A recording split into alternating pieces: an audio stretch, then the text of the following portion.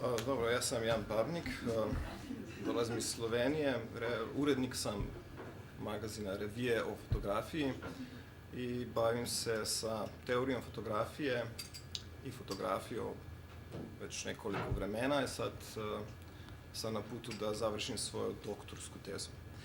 Dobro, ja se izvinjavam jer ja ću imati ovo izlaganje u engleskom jeziku jer nisam suviše suveren na srbo-hrvaškom, ja sam učio to, 10 godina i nemam puno prakse, tako, engleski. I neću biti tako jasan i tako kratak kao moj prethodnik.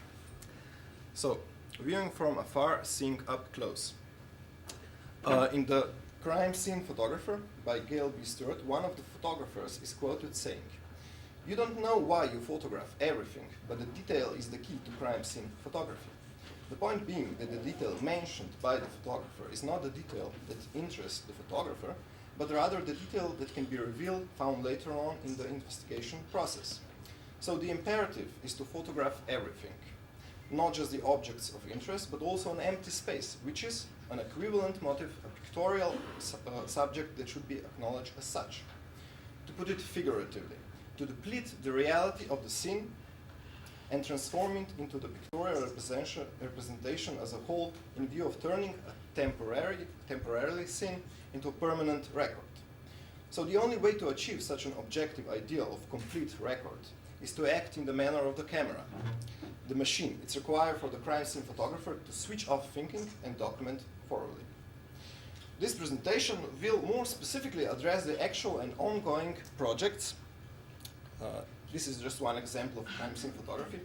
So this presentation will focus more specifically on two ongoing projects. One is participatory photography and one is satellite surveillance photography in Sudan, questioning their empowering potential.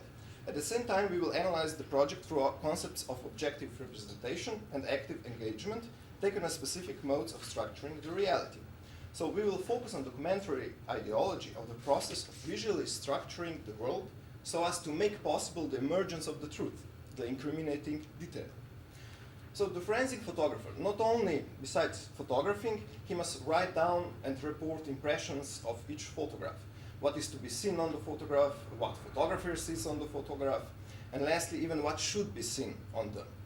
All this information, which might or not reveal something later on in the process, must be put besides the photograph. Just one example. As if an attempt to anchor the photograph, which is visual with linguistic, in short, anchoring the visual with something of seemingly different ontological provenience. So in a way, creating complex photo objects as in an effort of discovering the truth.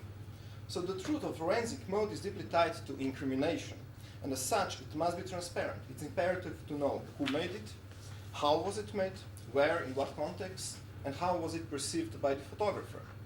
So all this context, aligned with the complex production procedures, functions as a basis for knowledge. It's a model for particular knowledge, which is supposed forensic truth of the event. But what is obviously missing from the picture, from the forensic imagery, is the image of photographer itself photographing.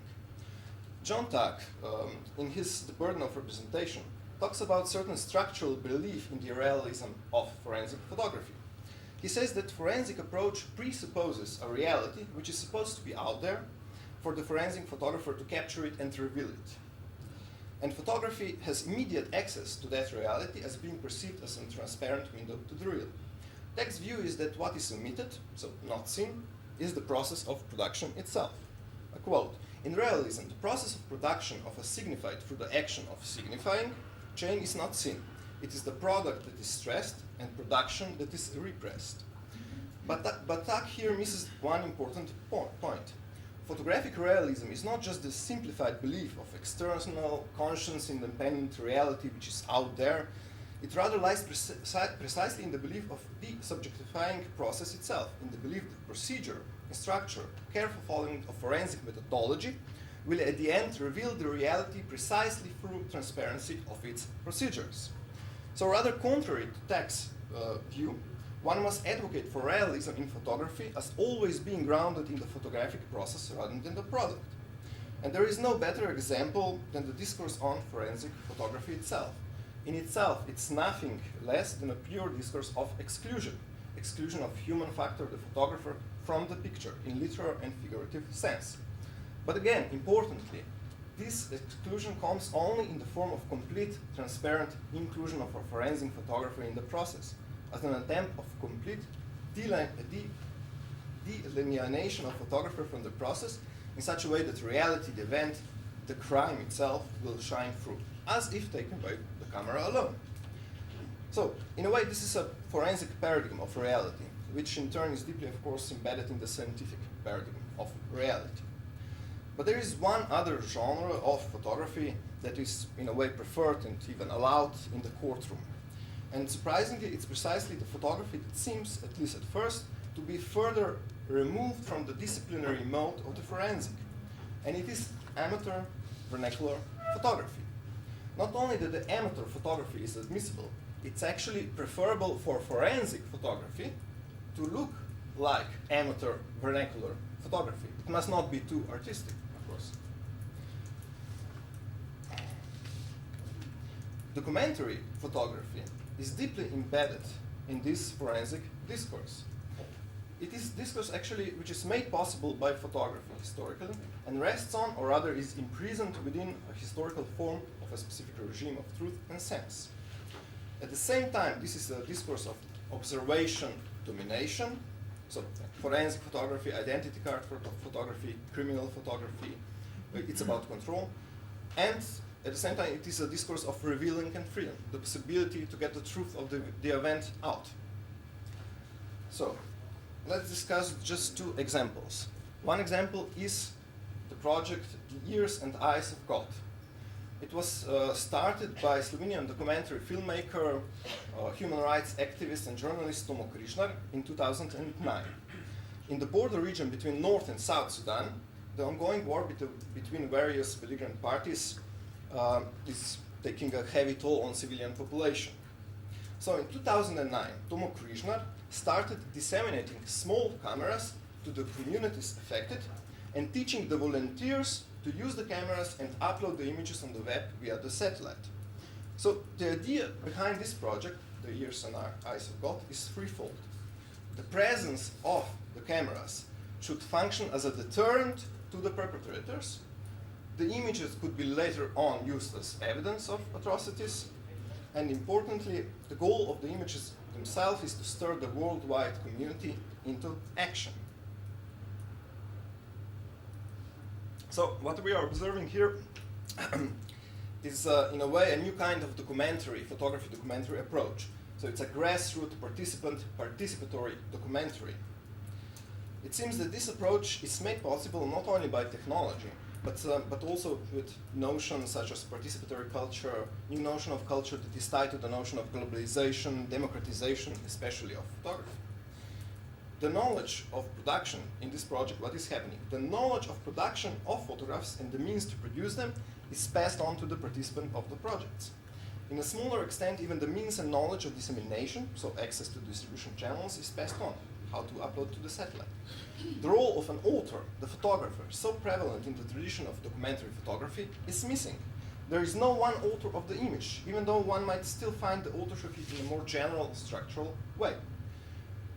This project lies on the belief that the only real representation of the other is the one that is done by the other, thus enabling self-representation of the other, therefore empowering the unprivileged. So it seems that the aesthetic mode is actually absent, but it is here. The aesthetic is vernacular, amateur-style snapshot photography. So in a way, it's fascinating that objectiveness can be achieved through imagery that is distinctly desubjectivized from the point of view of the production. No artistry, no art there. It is almost necessary for the images to be done in such a way as to be recognized as being able to be done by anybody. So in order for their indexical value, for representative ambition over the real, to take effect. One can relate to the images if one perceives himself or herself as being a possible author of the images.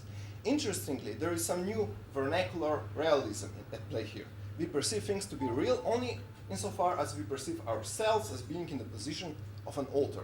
And at the same time, recognizing that is so precisely because this position is inherently interchangeable. So everybody could be the author of these images.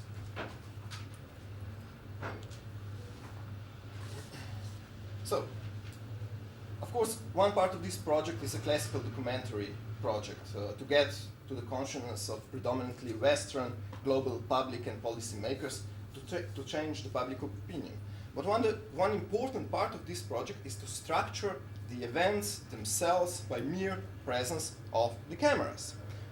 The deterrent effect through the perceived omnipresence of the cameras seems to work, at least so it seems for now, and it's reported on the website of Years and Eyes Code project that, let's say, rape rate went down in the Darfur region when they started to use the cameras. Okay. So let's jump to the conclusion.